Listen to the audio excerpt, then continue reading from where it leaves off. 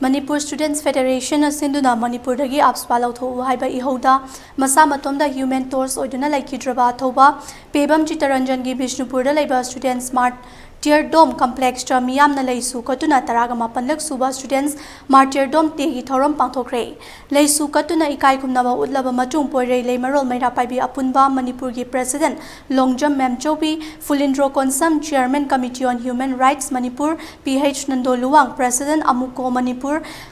Hizam Roshan president in charge Manipuri Students Federation athora mapu oidna mifa mamasu pangthokhi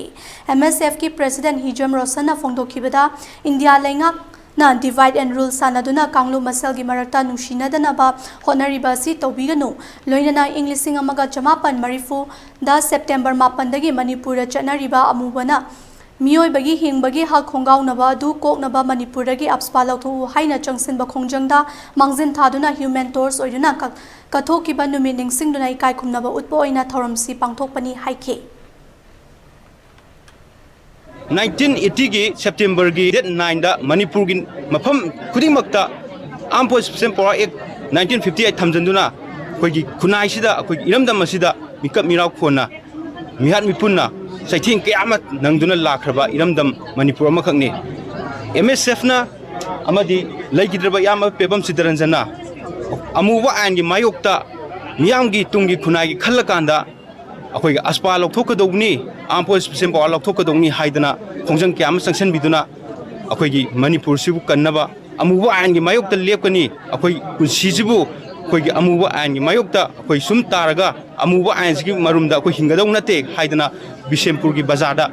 masana masabu mai thaduna human tours oiduna miyamgi athoba habado amithon phangduna ngasi di sakraba gamari leinana tarampalak suba student martyrdom day Bisempur gi citizen complex ta koi pangthok sabani ngasi gi matam gi lengak matam India government na koi himinari ba furup singda amaga nungsinadana bagi kanglukki divine policy sa sanabiganu amadi Armed Forces Power Act 1958 sa Manipur de pulong lokthok pigadong ni haidana MSF ki site gi thamjari thank you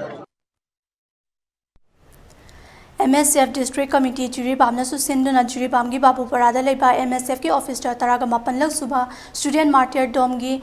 de thau Englishing ani ga kun ga humdoi gi thoram pangthokre leikhidraba Pebam Chitaranajan mangang gi saktamda miyamna hai leikatuna ikai khumnaba utkhi thoram adu da Juribam gi tongan ba CSO sing maira pai sing amadi student organization sing su saruk yakhe